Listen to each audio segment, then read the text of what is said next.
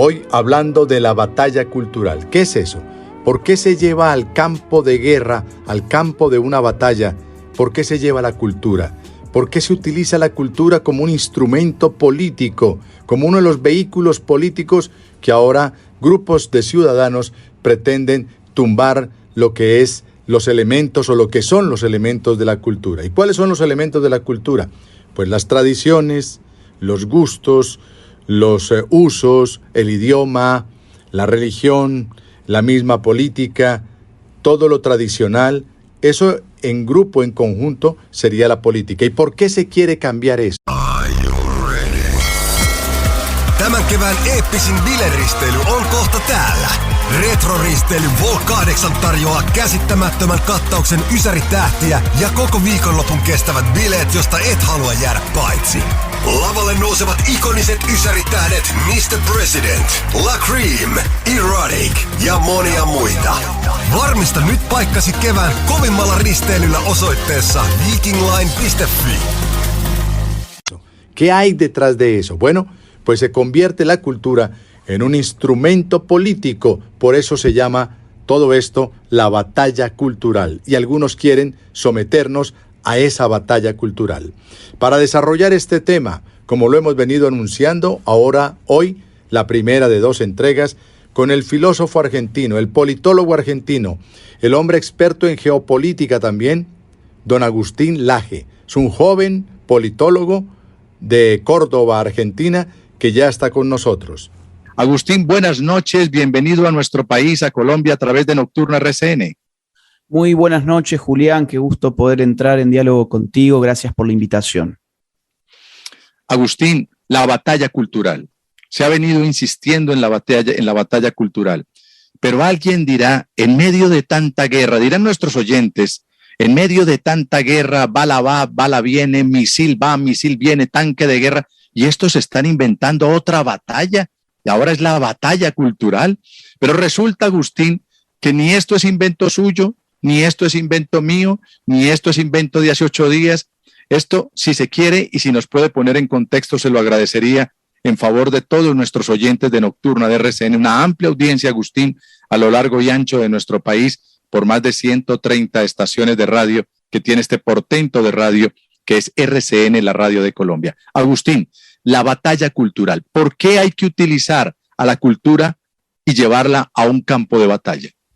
Bueno, lo primero que le diré es que la cultura representa una magnitud de poder que todavía somos incapaces de calcular. Cuando nosotros hablamos de cultura, a la gente se le viene a la cabeza una obra de arte, una canción, una película, una serie, lo que pasa en las redes sociales, un libro, un teatro. Todo eso son distintas imágenes que a uno se les puede venir a la cabeza y en principio uno no lo conecta con el concepto de poder, ¿no? Porque cuando pensamos en poder nos parece mucho más poderosa una bomba nuclear, un misil teledirigido, un dron a control remoto que tiene capacidad de disparar sobre objetivos con altísima precisión. Todo lo que tiene que ver con la guerra en su sentido armado nos hace acordar al concepto de poder de una forma mucho más concreta que lo que nos hace acordar ese concepto, como ya le decía, un cine, un teatro, una composición musical o un programa de la televisión. Ahora, esto sí que representa un problema, es decir, no vincular la cultura con el poder, porque nunca ha tenido tanto poder la cultura. ¿Qué es la cultura? La cultura es un conjunto de costumbres, creencias, valores, tradiciones, normas, formas del lenguaje, historias, etc. El comportamiento del individuo siempre está inscrito en un contexto cultural. No existe tal cosa como un individuo sin cultura. Y la cultura condiciona nuestro comportamiento. Vamos a poner un ejemplo que puede ser bastante claro. El tema del aborto, que es un tema que ha estado en la discusión en Colombia en las últimas semanas, hubo una decisión, a mi juicio, atroz de legalizar el aborto hasta la semana 24, y podemos preguntarnos, por ejemplo, sobre la cultura en torno al aborto, y bien concretamente, cómo se conceptúa el aborto en nuestra sociedad. El aborto, por ejemplo, ¿qué es? ¿La interrupción voluntaria del embarazo o es el asesinato de un ser humano en gestación? Bueno, si nuestra cultura acepta o asume que el aborto es simplemente la interrupción de un embarazo, invisibilizamos culturalmente el producto de ese embarazo que resulta aniquilado en un aborto, que es un ser humano en plena gestación. Es un ser humano que todavía no ha nacido, pero que ya se está desarrollando.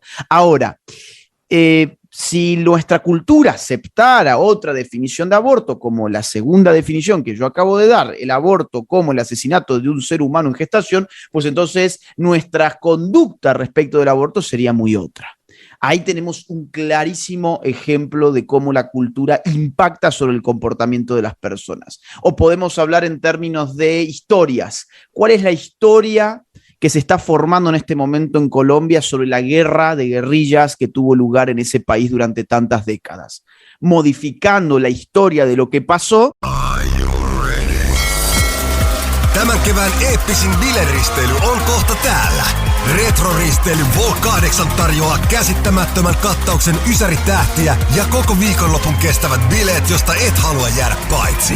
Lavalle nousevat ikoniset ysäritähdet Mr. President, La Cream, Erotic ja monia muita. Varmista nyt paikkasi kevään kovimmalla risteilyllä osoitteessa vikingline.fi. Se logra un nuevo tipo de comportamiento electoral que puede terminar dándole una victoria a un aliado político de las guerrillas. Entonces, qué pena que lo interrumpa. Adelante, Agustín. usted interrumpa todo lo que usted necesita. No, muy gentil, muy gentil. Es para desmenuzar, para ir desgranando esta mazorca, si es tan amable, Agustín. Sí, adelante. O sea, si le entendí bien, que además usted ha sido muy claro y muy sencillo, pero hacerlo más y más a nuestro modo. Agustín, entonces usted dice, la cultura. ¿Qué es la cultura? Ese concepto de cultura que a veces está como en las nubes y el ciudadano de la calle cualquiera de nosotros, la cultura, sí, todos tenemos cultura, no, sí.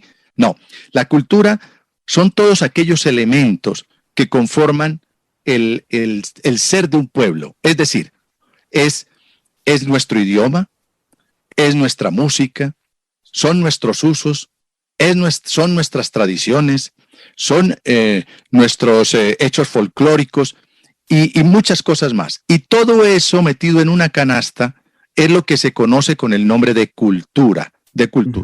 Bueno, ¿qué es lo que estamos viviendo en la actualidad de acuerdo a lo que nos explica el filósofo Agustín Laje? Pues lo que estamos viviendo en este momento es que hay una corriente internacional que quiere modificar esos parámetros que tradicionalmente han hecho parte, por ejemplo, Agustín, qué pena que nos pongamos por delante, pero, por ejemplo, esos elementos que han hecho parte de la cultura colombiana, que al igual que la cultura argentina, o la cultura uruguaya, o la cultura brasileña, pues tienen elementos diferenciadores que la distinguen una de otra. Pero esta corriente internacional ha querido modificar esos parámetros, esos elementos que están dentro de esa canasta que llamamos cultura, y uno de esos elementos, por ejemplo, Agustín, es el idioma, ¿no? El idioma. Ahora estamos viviendo un atropello al bello idioma español, al castellano, dirían otros, de manera más pura, y entonces ya hablamos de todos y todes, y todas, y niños y niñas, campesinos y campesinas, y acabamos con el genérico tan importante en el idioma español. Mayores y mayoras, y unas cosas absurdas que atropellan el oído de cualquier persona.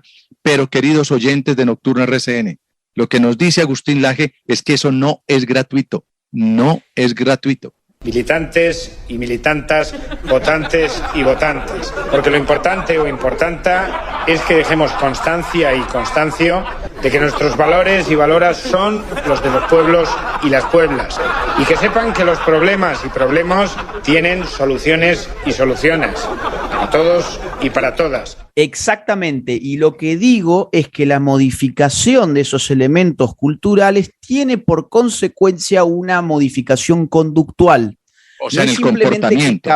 no es simplemente que cambiamos nuestro idioma, que deformamos las palabras, los conceptos, no es simplemente que alteramos, por ejemplo, no sé, el contenido romántico de una canción y lo modificamos por canciones que son totalmente agresivas para con el sexo femenino, por ejemplo. No es simplemente que alteramos la composición familiar tal como la percibimos en el cine o en el teatro y la modificamos por matrimonios destrozados, padres de familia totalmente imbéciles, ¿sí? Ese es el Homero Simpson. No es simplemente que hay, digamos, una modificación cultural que se agota en la modificación de sus signos. Es que esa modificación trae aparejada una modificación de la conducta.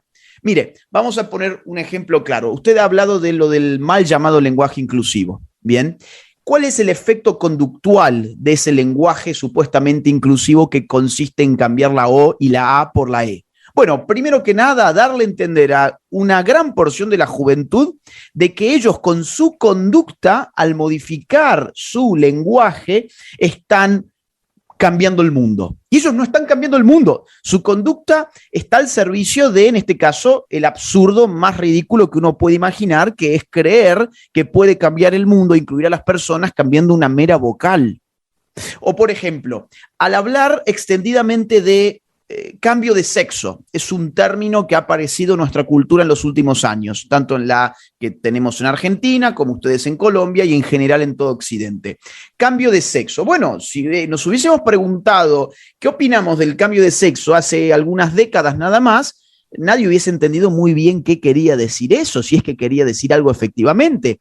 Hoy, sin embargo, todos los periodistas de farándula, del espectáculo, la gente en su casa, incluso en las universidades, la gente se pregunta, fulanito se cambió el sexo, menganito se cambió el sexo, cuando la verdad es que el sexo no se puede cambiar, pero ha penetrado tan hondo en nuestra cultura la idea de que el sexo se puede cambiar como el color de la camisa, que incluso eso impacta conductualmente en niños de 7 años que empiezan a tener la voluntad, entre comillas, porque a esa edad nadie tiene voluntad formada, pero vamos a suponer la voluntad de cambiar su sexo. ¿Sí? Entonces ya tenemos un nuevo fenómeno cultural que antes no lo teníamos, que son los famosos niños trans, a los cuales se los hormona, se les bloquea hormonalmente, después se les hace cirugías estéticas, niños que tienen 7, 8, 9 años. Entonces, ahí hay un ejemplo muy claro de cómo una modificación cultural, simplemente de la concepción que tenía nuestra sociedad sobre el sexo, pasa a tener un impacto en gente concreta de carne y hueso. Correcto. Entonces, queridos oyentes, lo que estamos aprendiendo es que como esto no es gratuito, ese cambio cultural... Tämän kevään eeppisin bileristely on kohta täällä. Retroristeily Vol 8 tarjoaa käsittämättömän kattauksen ysäritähtiä ja koko viikonlopun kestävät bileet, josta et halua jäädä paitsi. Lavalle nousevat ikoniset ysäritähdet Mr. President, La Cream, Erotic ja monia muita. Varmista nyt paikkasi kevään kovimmalla risteilyllä osoitteessa vikingline.fi. Involucra un cambio en el comportamiento de los seres humanos. Y ahí viene el peligro, y ahí comienza el peligro. Pero tendríamos que irnos un poquito más atrás, si es tan amable, Agustín, porque esto no nació o no apareció hace 8 días.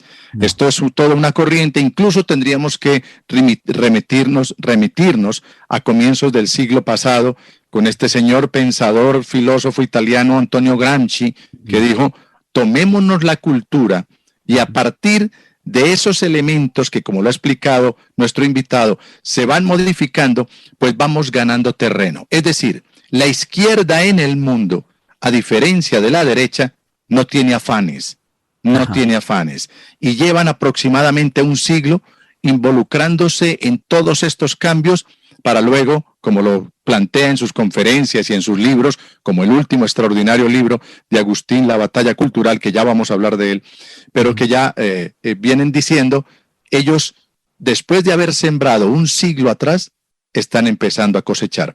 ¿Por qué no nos remitimos a eso para orientar a nuestros oyentes, Agustín, de que esto no es nuevo y que lo vienen trabajando, tomándose centros de pensamiento, tomándose universidades, tomándose colegios y escuelas, tomándose sindicatos, y ahí han colocado la semillita para luego 100 años después, comenzar a recoger.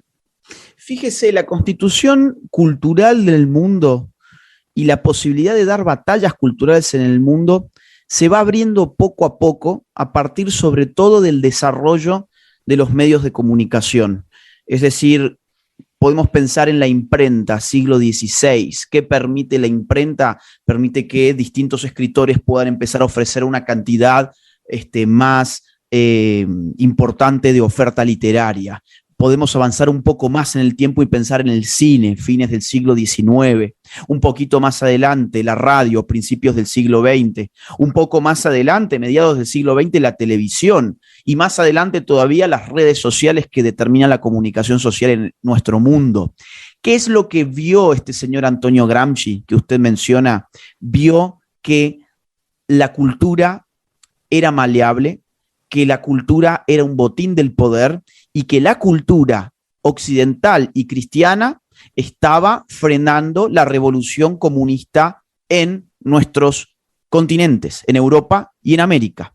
Entonces, este señor termina preso y escribe una serie de notas que después se van a llamar los cuadernos de la cárcel, y él va a decir, efectivamente, acá hay que dar una batalla cultural. Acá hay que empezar a socavar, ¿no?, las estructuras culturales de la familia, de las iglesias, de las tradiciones, ¿sí?, de la filosofía occidental. Hay que tomarse las escuelas, las universidades, ¿sí?, hay que tomarse los medios de comunicación.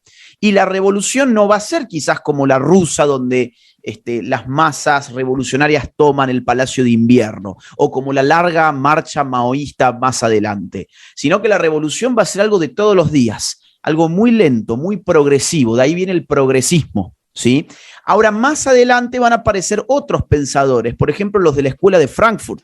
Los de la Escuela de Frankfurt, ya no italianos, sino alemanes, en el marco de la Segunda Guerra Mundial, se van a vivir no a Cuba, ni a la Unión Soviética, ni a China, no, se van a vivir a Estados Unidos, son bien recibidos en Nueva York y empiezan a plantear también una ofensiva de batalla cultural. Más adelante vamos a tener a los pensadores franceses del Mayo francés, Michel Foucault, Gilles Deleuze, Guattari, entre otros, Derrida, donde también van a estar pensando constantemente cómo deconstruir la cultura que está frenando esa revolución. Entonces, por supuesto que esto es un plan, por supuesto que esto está estructurado y está pensado como una estrategia. Eso no se me ocurre ni a mí ni se le ocurre a usted. Esto surge de leer a estos filósofos y a estos pensadores políticos. Y lo que hoy estamos viviendo es precisamente el efecto de una batalla cultural y no de una crisis económica. Ahí le pido un minuto nada más para explicar esto con Chile, que es muy, muy importante. No, ¿cómo que un minuto? Media hora necesitamos. Mire, fíjese usted Chile, es decir, Chile, que ha tenido un sistema económico maravilloso, la envidia de muchos de nuestros países, entre ellos Argentina. País espejo. Exactamente, espejo. Y Chile, el mayor PBI per cápita de la región, una cantidad de inversión extranjera increíble, una facilidad para hacer negocios envidiable, impuestos bastante moderados, gasto público bastante limitado, un equilibrio fiscal muy razonable. Era un sistema muy bien estructurado. Ahora, ¿qué pasó en los últimos 2 años con Chile? Tienen una convención constituyente dominada por sectores comunistas en este mismo momento y ha ganado un presidente apoyado por el Partido Comunista llamado Gabriel Boric. Entonces, ¿qué pasó en Chile? En Chile no hubo una crisis del sistema capitalista, en Chile no hubo el 96% de pobreza que hubo en Venezuela, en Chile no hay el 52% de inflación que tenemos en Argentina. En Chile lo que hubo fue una batalla cultural que se apoderó de las mentes de los más jóvenes, que fueron los que lograron el vuelco hacia la izquierda de esta elección. Entonces, ahí tiene un ejemplo muy concreto de cómo la batalla cultural puede incluso determinar un resultado político electoral. Claro, pero entonces ahí habría que llamar la atención de cómo muchas veces el cambio no es cambiar para peor, no es poner la reversa del vehículo y echar para atrás, o como dicen algunos, pegarse un tiro en el pie. No, aquí con esto es pegarse un tiro en el cerebro, Y entonces es tan delicado, es tan grave, porque lo que se nos está vendiendo, en lo que llaman ustedes los expertos, esa nueva narrativa, ese nuevo discurso, es que todo lo que viene y todo lo que venía es absolutamente malo. Tenemos que tumbar las estatuas, tenemos que hacer una revisión de la historia, tenemos que cambiar el sistema económico, tenemos que hacer tabula rasa con todo lo existente. Ahora, el sistema que tenemos o por el cual venimos transitando, pues no es perfecto. Tiene fisuras que habrá que corregir, pero tirarnos al vacío con el prurito del cambio, y subrayo la palabra cambio, vamos a cambiar porque esto, no más injusticias, no más inequidades, y resulta que estamos cambiando pero para mal, estamos cambiando para peor. Y entonces alguien dirá, pero Julián, ¿por qué dice cambiando para mal si los cambios son buenos? ¿Por qué se resiste al cambio? Por el vecindario, por lo que está pasando, porque mire su país, Argentina. Después de ser una de las potencias abastecedoras de alimento del mundo, ahora está en un default, ahora está quebrada, y llevan los Kirchner arriba de 18 años gobernando, alternándose el poder entre ellos mismos. Es decir, todo esto es quitar una élite quizás corrupta, sí, quizás perniciosa, pero con un sistema muy definido y con instituciones muy sólidas, quitar esa élite para montar otra élite quizás peor. Mire lo de Venezuela. Quitaron al sistema que había montado Carlos Andrés Pérez, Lucinchi, Rafael Caldera y todos los últimos presidentes corruptos por demás de Venezuela. Pero, ¿qué íbamos a decir de la Venezuela saudita, de la Venezuela saudí en la que estaba convertida? Donde las carreteras eran unas superavenidas, tenían los mejores aeropuertos, la hidroeléctrica, Agustín, más importante de América, la tenía Venezuela. Hoy en día tienen cortes de luz casi de 8 o 15 horas diarios. Entonces, ¿eso es el cambio? ¿Eso es el cambio? Agustín, por favor, ayúdeme a descifrar esto, que usted parte de lo que se está viviendo en Chile, de lo que comienza a vivirse en el Perú cuando hay desbandada de inversionistas. Los dineros de Perú se están yendo hacia otros lados, los ricos no tienen problema, ellos agarran. Ja mitenkä leikataan? No niin, ettei sitä oikein huomaisi. Selvä. Harvennetaan vähän latteja, otetaan pikkusen digipalveluista, leikataan hiukan pizzareissusta ja napsastaan nuo kulutusluotot fiksumpaa vuosille. Miltäs vaikuttaa? No, on jotenkin kevyempi olo. Ihanaa! Aloita sinäkin kuukausisäästäminen rahastoon. Pääset helposti liikkeelle osoitteessa nordea.fi/aloita. Su maleta y se van a donde haya mejores condiciones. Mire lo que ha pasado, bueno, ¿para qué hablar de Venezuela? 60 años de Cuba, de destruir todo el aparato productivo de una bella isla encantadora con el mejor azúcar y la mayor producción de azúcar. Ahora la importan de Holanda. Ese es el cambio. Eso es lo que queremos. Y hay que decir algo que es muy importante, que es que los hijos de los ricos son los que les están dando los triunfos electorales a las izquierdas. Las clases bajas no votaron al comunista Boric, por ejemplo, en Chile. ¿Quién votó al comunista Boric en Chile? Las grandes metrópolis y sobre todo los sectores universitarios, hijos de las clases acomodadas y de las clases medias y medias altas. Entonces ellos al final del día no tienen problema porque hacen sus maletas y se van del país. Si su capricho del cambio por el cambio, como usted bien lo definió, no funciona, no importa, me tomaré un avión y me iré a vivir a las playas de Miami. Eso es lo que, por ejemplo, hicieron muchos argentinos. Cuidado, después de haber votado el desastre de Alberto Fernández, en este momento tenemos casi un éxodo, le diría. La gente está abandonando la Argentina. En Argentina estamos ya, digamos, cercanos al 45% de pobreza, como le mencionaba recién, un 52% de inflación. 7 de cada 10 niños no comen todos los días en Argentina, un país tan rico como Argentina, pero bueno, muchos de los votantes de este desastre, como tienen su dinero, no tienen ningún problema, se mudarán a Uruguay o se mudarán a algún otro país de la región o del norte. Ahora bien, mientras lo escuchaba usted, yo pensaba en un filósofo español llamado Ortega y Gasset, ¿sí? José Ortega y Gasset. Uno de los libros más importantes de Ortega y Gasset es La rebelión de las masas. Él ahí va a definir al hombre mediocre. Y dice Ortega y Gasset, estamos rodeados de hombres mediocres en las últimas décadas. ¿Qué es un hombre mediocre? Es ese hombre que no tiene profundidad histórica, que piensa que todo ha caído de un árbol, que piensa que todo en verdad siempre ha estado ahí, que nuestra civilización no se ha construido con el tiempo a través de larguísimos procesos de prueba, ensayo y error, sino que todo ha aparecido súbitamente para que el hombre mediocre lo pueda disfrutar. Y por eso el hombre mediocre se siente con derecho a todo, dice Ortega y Gasset. Bueno, nosotros hoy no solamente tenemos hombres mediocres, sino que también tenemos hombres literalmente idiotas. Porque el idiota, a diferencia del mediocre, se siente ofendido porque él no ha creado lo que existe.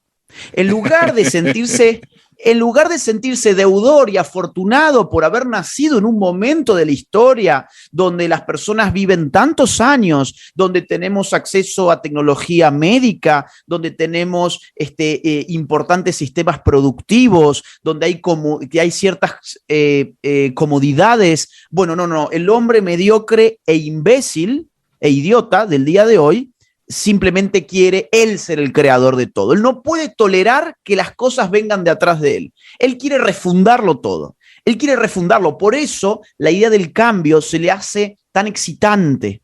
El cambio y lo nuevo, fíjese usted, es la forma de la moda. El hombre mediocre y el hombre idiota de nuestro siglo es un hombre que ha hecho de su vida un artefacto de moda. Todo tiene que cambiar, todo tiene que ser nuevo. Todo lo que es nuevo implica un borrón total de lo anterior, no hay continuidad, no hay una narración estable, todo lo viejo equivale a lo malo, todo lo nuevo equivale a lo bueno porque nos involucra directamente a los vivos y ya no tiene que ver con los muertos. El hombre prudente, en cambio, se siente en una conexión con sus antepasados, con su tierra, con su historia, agradece tantas cosas buenas que ha recibido. Agradece ser parte de un momento de la historia donde otros han tenido que sufrir para que nosotros tengamos ciertas comodidades actuales. En cambio, el hombre mediocre no tiene esa profundidad histórica. Él quiere destruirlo todo porque cree que puede construir algo. Ahora, lo que suele pasar es que cuando lo destruye todo, se da con que no puede construir nada. Así es. O como los escritos de Erasmo de Rotterdam, o el mismo Gustavo Le Bon, o José Ingenieros, que habló del hombre mediocre. Y la palabra mediocre indica medianía, ir por la mitad, ir por la mitad. Mediocre es que no se define entre un lado y el otro. Cuando usted no toma una de las dos orillas, o la de la derecha o la de la izquierda, se queda en el centro y cuando va por un río, pues los del centro se ahogan, porque se quedan en la mitad del río, porque no alcanzan a llegar a una de las orillas. En concreto, la expresión que más va a utilizar Ortega y Gasset es el hombre masa, pero en algunas expresiones del libro aparece la idea de mediocre, y ahí usted tiene toda la razón del mundo, hay una conexión con Ingenieros, sin lugar a dudas. Con José Ingenieros, claro, que precisamente estuvo en su país, ¿no? Así es. Se quedó sin ser argentino, se quedó en la Argentina. Pero lo otro es también dando un salto histórico de ese Antonio Gramsci, ese italiano que muere antes de la Segunda Guerra Mundial, hacia el año 37, si no estoy mal, más o menos. Pero ya había dejado todos estos cuadernos que en últimas pues son la brújula para la nueva izquierda que empieza a formularse en todo el mundo. Pero dando un salto, usted mencionaba unos pensadores y filósofos muy importantes que es prácticamente donde se sustenta, diría yo no sé si me equivoque, el experto es usted, Agustín, es en Francia. En Francia se empieza a construir lo macizo y lo carnudo de la nueva izquierda con Michel Foucault, con Alex Guattari y con todos los otros que usted menciona, y empiezan a plantearle, pero bueno, empecemos a dar la batalla cultural. Es decir, ese término de batalla cultural ni siquiera es de la izquierda, es de la derecha, ni siquiera es de la derecha, perdón, es más de la izquierda, que dicen, no más balas, por favor, no más balas. El absurdo que vivíamos con la guerrilla de las FARC en Colombia, o del ELN que todavía persiste en seguir derramando sangre, pues no se tomen más pueblos por las balas. Vamos a empezar a lavar la cabeza de los muchachos, de los jóvenes y de todo aquel que nos acepte. Vamos a tomarnos los colegios, las universidades, vamos a tomarnos las calles y a decir que lo que han hecho estos sinvergüenzas es acabar con la dignidad del ser humano porque no nos dan lo que merecemos y y viene todo el cuento. Y entonces esa izquierda formada en Francia, que curiosamente no es ni en la Unión Soviética ni en los países socialistas, sino en Francia con los intelectuales franceses, pues es lo que estamos viviendo, Agustín. Sin dudas, mire, vamos a poner un ejemplo. El Mayo francés fue una revuelta de estudiantes, de intelectuales y de artistas, y no fue una revuelta en sus orígenes, al menos, de la clase obrera. Lo que en Francia van a decir a las nuevas izquierdas es: basta de balas, pero basta de tanta economía también. No podemos apuntar simplemente a la politización de las relaciones económicas para aguardar a una revolución. Claro, la vieja izquierda, ¿qué hacía? Politizaba la relación entre, por ejemplo, el obrero y su patrón, ¿no? Y de ahí, por ejemplo, sindicalismos, huelguismos, anarquismos, etc. No podemos depender, dicen ellos, en nuestra política de esa politización de lo económico. Tenemos que llevar lo político a todos los tipos de relaciones existentes en la sociedad. Claro, un individuo no solamente tiene relación en su trabajo, un individuo tiene relación con su pareja, una relación, vamos a decir así, de amor, tiene relación con su familia, tiene relación con su iglesia, tiene relación con con un hospital, por ejemplo, cuando va al médico. Entonces, ¿qué tenemos que hacer? Tenemos que ir politizando todas esas relaciones. Politizamos la relación del padre con el hijo, y llevamos adelante una idea de que los adultos oprimen a los jóvenes. Llevamos adelante una politización de la diferencia sexual entre hombre y mujer, y llevamos adelante la idea del patriarcado como ente fantasmagórico de dominación masculina sobre el mundo femenino. Vamos a politizar las orientaciones sexuales, el heterosexual oprimiendo al homosexual. Vamos a politizar la relación del sacerdote con el fiel o del pastor con el fiel, ¿sí? Vamos a politizar, incluso Michel Foucault lo hizo, la relación del médico con su paciente, donde el médico aparece como el detentador de una cuota importante de poder con el cual ejerce un dominio sobre su paciente. Entonces, toda relación asimétrica es releída en términos de opresión. Y así la izquierda, ¿qué logra? Logra lo que hoy vemos, que es que la política apunta directamente hacia las relaciones interpersonales y apunta directamente hacia las cuestiones personales de los individuos. Que si la sexualidad, que si el lenguaje, que si la raza, que si la etnia, que si la religión, ¿sí? Fíjese usted, son todos que si con quién me acuesto, que si cómo me autopercibo. Y además, obviamente, la cuestión económica, pero la cuestión económica ya pasa a ser un elemento dentro de todo un sistema de elementos conflictivos que han sido conflictuados por estos paradigmas que aparecen, como usted bien lo dijo, sobre todo en Francia, y yo diría a partir de fines de la década del 60. Profesor Agustín, usted ahorita en este contacto con Nocturna RCN mencionó un término que a mí empieza a gravitarme ya y a taladrarme con mayor frecuencia mis pensamientos y mi cabeza, y es la deconstrucción. La deconstrucción. Lo contrario a deconstrucción es la construcción. Sí. Construir, echar para adelante, echar para arriba, y deconstruir es echar para atrás, es desbaratar, es destruir. ¿Por qué no me amplía ese concepto de la deconstrucción en lo que estamos ahora en el campo de la batalla cultural?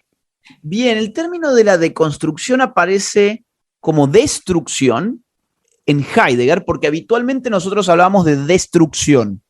Si yo hace 10 años, o menos, 5 años quizás, hubiese tenido esta conversación con usted y hubiese aparecido, ¿cuál es el antónimo de construcción? Hubiésemos dicho destrucción. Correcto. Hoy estamos hablando de deconstrucción porque es más cool, es más marketinero, se acepta mejor, es mucho más cool decir hay más que deconstruir. Más vendible. Exactamente, es mucho más vendible decir queremos deconstruir la masculinidad en lugar de decir queremos destruir la masculinidad. No, es mucho más vendible. Ahora, el término deconstrucción suele vincularse con el pensamiento de un filósofo francés llamado Derrida, cuya tesis fundamental era que no había nada fuera del texto. ¿Cómo ha sido interpretado esto de que no hay nada fuera del texto? Pues que nuestra realidad está Ja mitenkä leikataan? No niin, ettei sitä oikein huomaisi. Selvä. Harvennetaan vähän latteja. Otetaan pikkusen digipalveluista. Leikataan hiukan pizzareissusta ja napsastaan nuo kulutusluotot fiksumpaa kuosille. Miltäs vaikuttaa? No, on jotenkin kevyempi olo. Ihanaa! Aloita sinäkin kuukausisäästäminen rahastoon. Pääset helposti liikkeelle osoitteessa nordea.fi/aloita. Puesta en última instancia por estructuras lingüísticas. Todo lo que somos, todo lo que pensamos, todo lo que percibimos, tenemos, etcétera, son simple conjuntos de textos, son palabras, es como un rompecabezas lingüístico. Ahora, claro, si vemos esa realidad como un mero rompecabezas que ha sido ubicada pieza por pieza, ¿sí?, hasta darnos el mundo que tenemos hoy, esas piezas pueden empezar a sacarse de su lugar.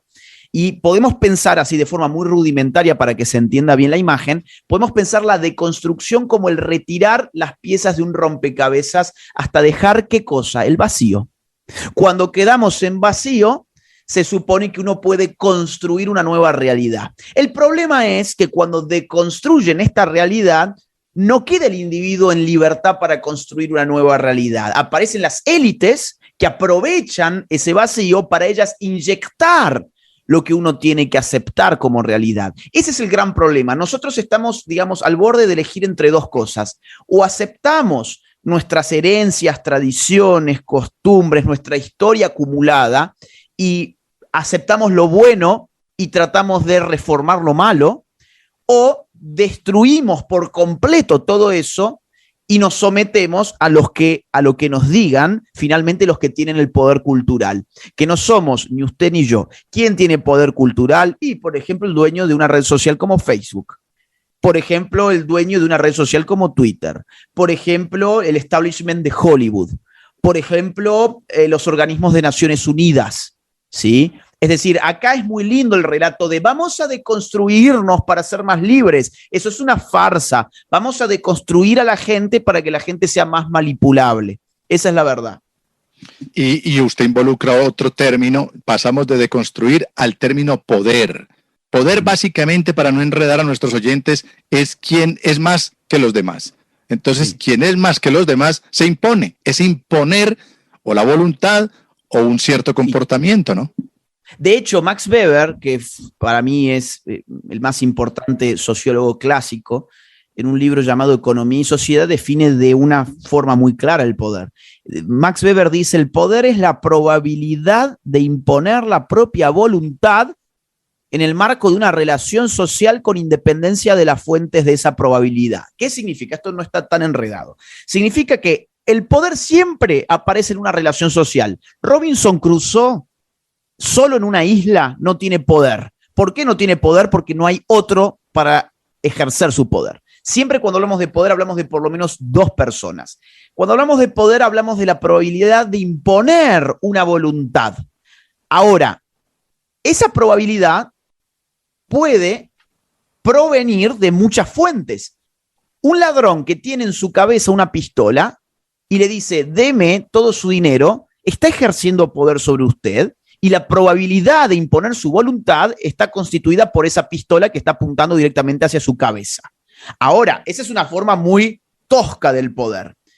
Por ejemplo, Hollywood tiene poder. Claro, Hollywood no es como el ladrón que se muestra tal como es con su pistola en su cabeza, sino que Hollywood, a través de el entretenimiento, los mensajes encriptados, los guiones ideológicos que estamos viendo por doquier en las últimas décadas, va imponiendo una visión del mundo, ¿sí?, progresista y globalista en la mente de sus consumidores. O, por ejemplo, digo, Facebook tiene poder, por supuesto. Facebook tiene el poder de determinar qué se publica y qué no se publica en la red social más importante del mundo, en la cual participa 1/3 del planeta. 1/3 del planeta hoy tiene una cuenta en Facebook. Entonces, claro, no es el poder tan tosco como el de ese ladrón que le está apuntando con una pistola, sino que es un poder mucho más sutil, es lúdico, es divertido, es cool, lo celebramos todos, pero al final del día se impone la voluntad que parte de ese núcleo de poder. Ahora, ¿qué tal lo que usted ha venido explicando a lo largo de sus charlas, sus conferencias y sus escritos, Agustín? Y es lo que hace Netflix, por ejemplo, con impulsar esa ideología de género a través de sus series, de sus películas. Y uno dice, no, pero estos se están hilando muy delgadito. No, todo tiene, como lo dice nuestro invitado, pues un mensaje cifrado y encriptado, ¿no? ¿Qué tal lo de Netflix con la ideología de género? Bueno, a ver, es impresionante. Netflix tiene, por ejemplo, una serie que se llama Sex Education, o sea, educación sexual en español, que en los colegios, en muchos colegios, se les da como tarea a los alumnos, sí, escuchen bien, se les da como tarea a los alumnos mirar la serie Sex Education. O sea, los profesores en la llamada asignatura de educación sexual, en lugar de hacer su trabajo, redirigen esa función hacia una serie de Netflix que es todo menos educación sexual. Ahí uno va a aprender, por ejemplo, que ser pro vida es ser un ridículo. Los pro vida en Sex Education están configurados. Out. Están out. No, y son aparte pobres tipos. Están ridiculizados, son tipos que no tienen glamour, fracasados sociales, además estéticamente muy feos. Los van eligiendo de esa manera y van configurando todo un perfil. ¿Para qué? Para modelar al niño que está mirando eso. En cambio, los que están a favor del aborto son personas bellas, atractivas, son personas cool, en onda, que tienen amigos, que la pasan bien en el colegio. Y entonces ahí vamos a ver un montón de escenas que yo no sé si es apropiado que se las mencione, pero vemos relaciones sexuales dignas de una película pornográfica más que de una clase de educación sexual. No quiero abundar en detalles, pero hay desde hay desde sexo anal hasta sexo oral, hasta distintas cuestiones que uno piensa, ¿y qué tiene que ver esto con educación sexual? Bueno, lo cierto es que Netflix presenta eso casi como si fuese un curso de educación sexual que muchos colegios de nuestros países lo adoptan como tarea para el hogar para sus niños. Y quien lo escucha, Agustín, dirá, pero qué tipo tan retrógrado, qué tipo tan conservador, qué tipo tan tirado a la derecha, se quedó en el pasado. Eso no es de la modernidad, eso no es de ahora. ¿Qué responderle a esa gente? Bueno, que eso es una falacia ad hominem y que es un grave problema pensar que todo lo bueno es necesariamente que es sí o sí nuevo. O sea, no hay una identidad entre lo nuevo y lo bueno, pero a nosotros se nos ha hecho creer que todo lo viejo tiene que ser rechazado y todo lo nuevo tiene que ser celebrado. Entonces uno va perdiendo sus capacidades críticas, porque si todo lo que es nuevo tengo que celebrarlo simplemente por ser nuevo, entonces no tengo ningún fundamento sobre el cual poder hacer una crítica. Ahora, fíjese usted que este argumento muy absurdo que muchos lamentablemente repiten, que es que, bueno, uno se ha quedado en el pasado y que por eso uno está equivocado. Fíjese que ese argumento tan absurdo se desarma con un ejemplo muy simple. Vamos a hacer un juego, mire, un experimento mental. Voy a esconder tras mi espalda dos celulares. Uno es del año 2005 y otro es del año 2022. Usted ese es el único dato que tiene. Usted no sabe la marca, el modelo, nada, pero usted puede guiar su decisión a través del año. Uno es 2022 y otro es 2005. ¿Qué celular usted elige? El del 2022. Claro, porque es mucho más probable que sea mejor. ¿Por qué? Porque la tecnología habitualmente mejora con el tiempo.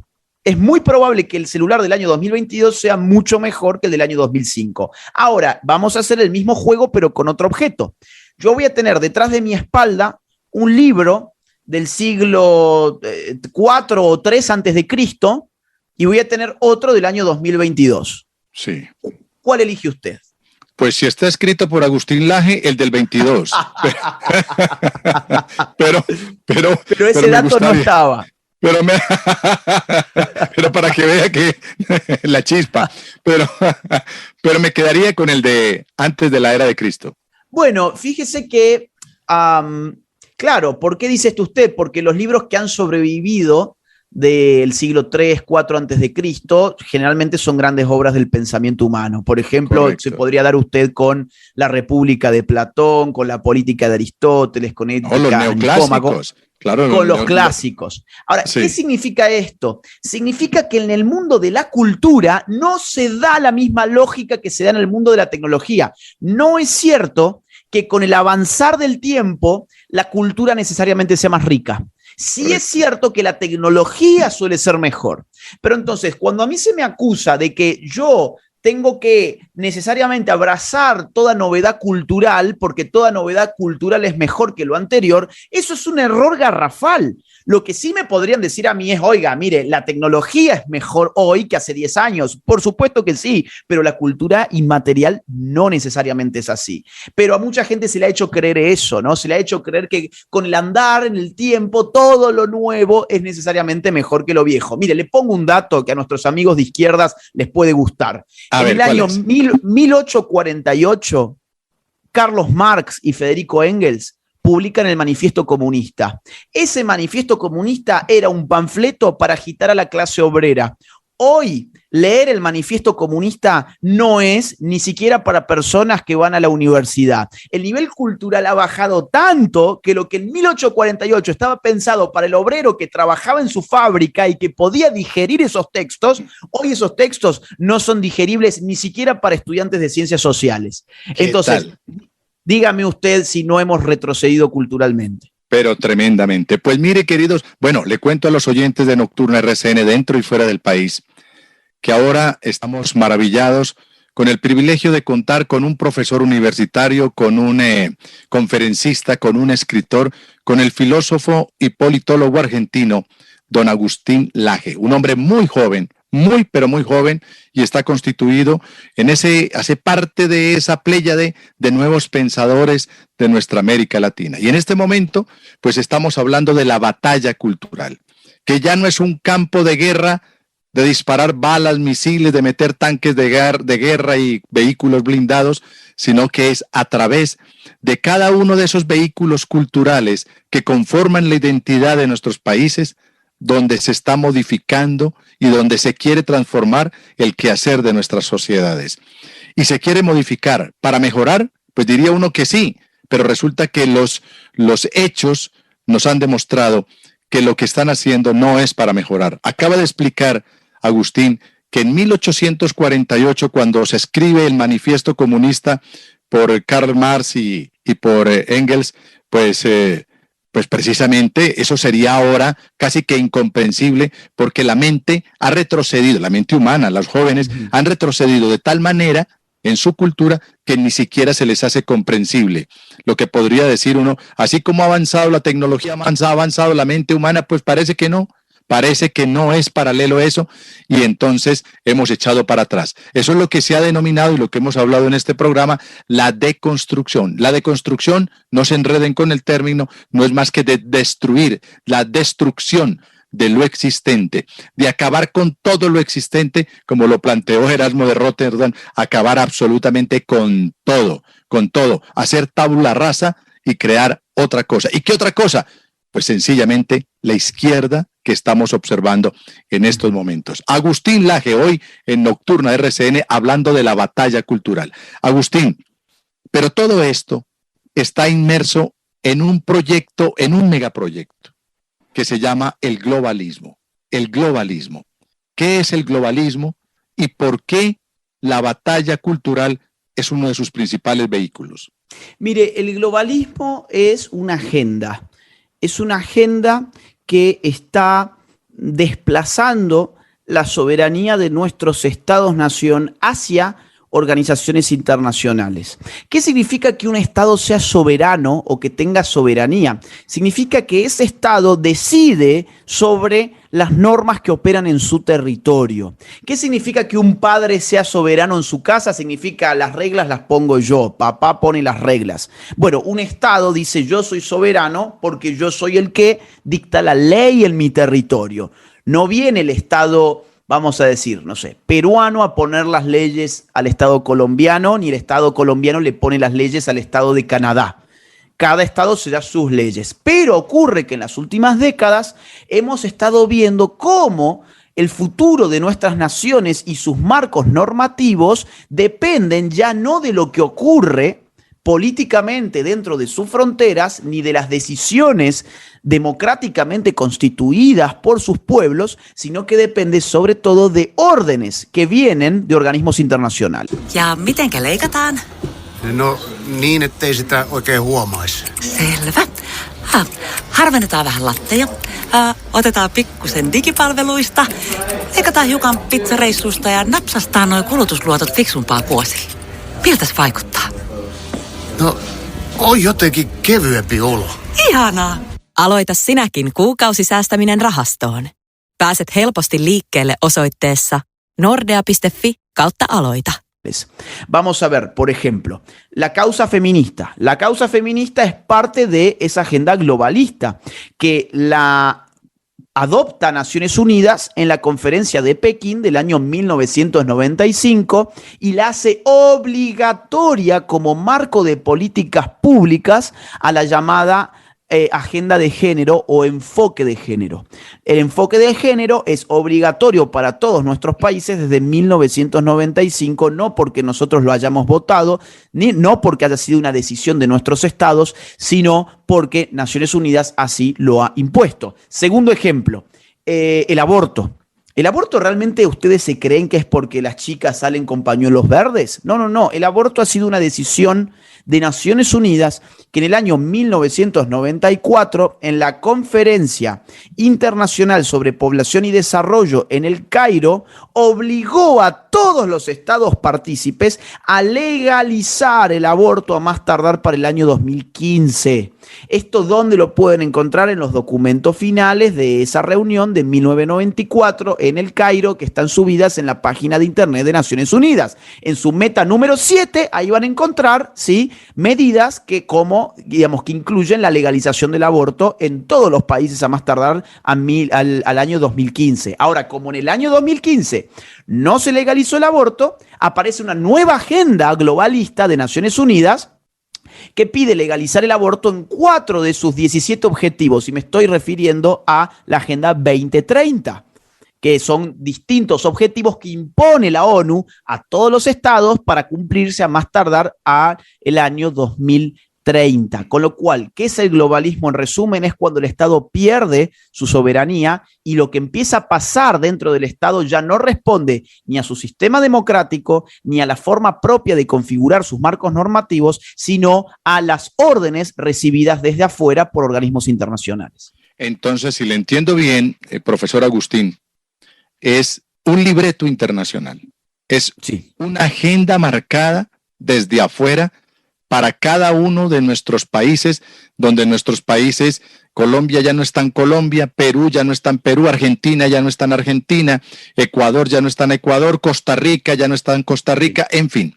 Entonces ya dejamos de ser nosotros para recibir órdenes de organismos supranacionales que nos succionan, como si estuviéramos extrayendo petróleo, nos succionan nuestra identidad, nuestro poder decisorio del pueblo de cada una de estas naciones y nos imponen su agenda y sus decisiones de acuerdo a su criterio y a sus necesidades y a sus intereses, Mire, le doy un ejemplo súper concreto de lo que acaba de decir usted. En esta Agenda 2030 de Naciones Unidas, que son 17 objetivos, busquen el objetivo correspondiente a educación, que si mal no recuerdo era el 3 o el 4, pero búsquenlo, son 17 objetivos, lo van a identificar muy rápidamente en la página de la ONU, y miren una de sus metas que llama a educar a los niños en ciudadanía mundial. Y uno se pregunta, ¿pero cómo ciudadanía mundial si nosotros somos ciudadanos nacionales? Yo soy un ciudadano argentino, Julián es un ciudadano colombiano. Correcto. ¿Qué significa que yo sea un ciudadano argentino? Que yo tengo derechos políticos en Argentina, que yo voto en Argentina, pero Julián no vota en Argentina. Julián, como es ciudadano colombiano, vota en Colombia y yo, Agustín Laje, no voto en Colombia. El concepto de ciudadanía responde a mi lealtad política y a mis derechos políticos respecto de un Estado. Entonces, ¿por qué la Agenda 2030 de Naciones Unidas dice que hay que crear un nuevo concepto llamado ciudadanía mundial? ¿Es que acaso se está creando un super leviatán? un superestado mundial que va a tomar como virreinatos a los estados-nación, porque eso, digo, fuera de las interpretaciones que a veces suenan conspiranoicas, eso parece surgir. ¿Por qué al niño hay que educarlo en ciudadanía mundial en vez de educarlo en ciudadanía nacional? Si ese niño es un colombiano, si ese niño es un argentino, ¿qué significa además educar a alguien para la ciudadanía mundial si el estatuto de ciudadano del mundo no existe? No existe algo llamado ciudadano del mundo, existe algo llamado ciudadano de una nación en particular. Entonces, fíjense que sí, efectivamente, hay una guerra cultural, hay una batalla cultural y se está metiendo en este caso con lo más profundo de nuestras naciones, que es la definición de su propia cultura y sus lealtades políticas. Muy buen ejemplo. Y otro para reforzar el suyo. Sí. Lo que pasó con la pandemia. Es decir, la Organización Mundial de la Salud, que es un organismo que pertenece, es el Ministerio de la Salud de la ONU. Es que la ONU se ha ido preparando de tal manera que ya tiene, como en nuestros países, sus respectivos ministerios. Por ejemplo, el Ministerio de la Cultura, la UNESCO. Claro. El Ministerio de Defensa, la OTAN. El Ministerio de la Salud, la OMS. El Ministerio del Trabajo, la OIT, Organización Internacional del Trabajo. El Ministerio de los Derechos Humanos, pues ahí ya tienen su la señora Bachelet manejando la cartera de Derechos Humanos. Y así podríamos, exacto, porque lo tiene. O sea, ellos, queridos oyentes, nada es gratuito. Nada es gratuito. Recuerden lo que hemos dicho aquí en Nocturna. Lo que usted en política ve, no es. Detrás hay algo más.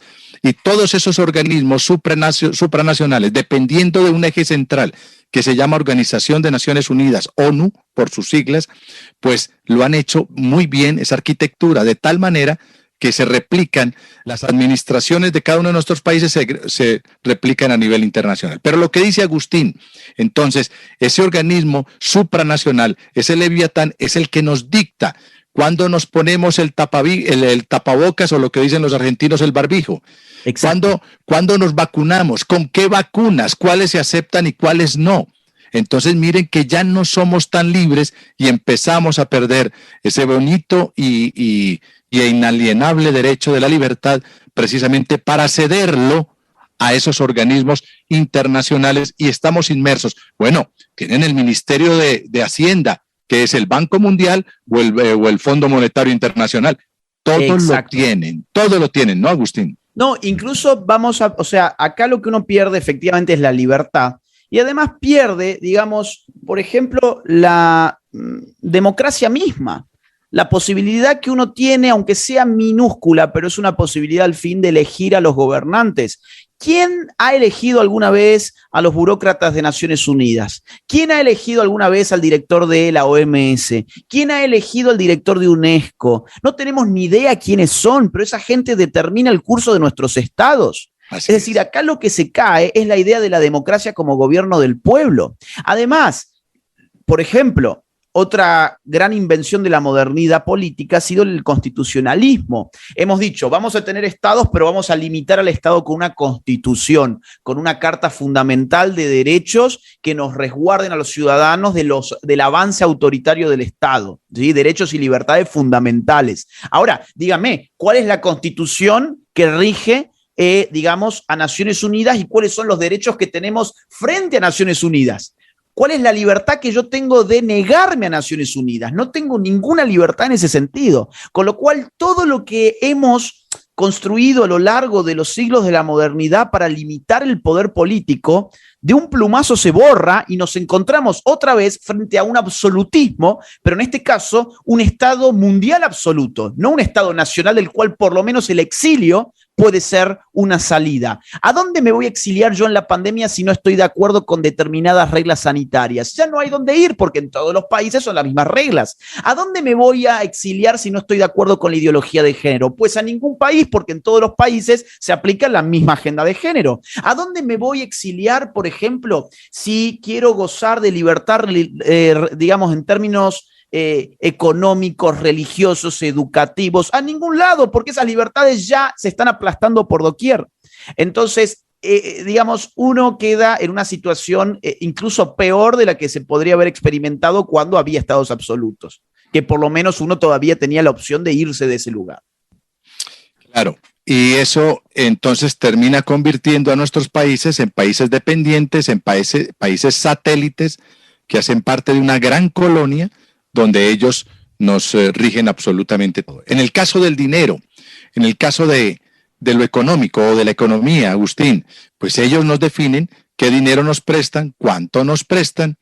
En estos días recibíamos precisamente, por ejemplo, en una charla con otro invitado en Nocturno RCN, a Colombia, los Estados Unidos le acaban de fijar un préstamo de una donación, parece que fue de $430 millones.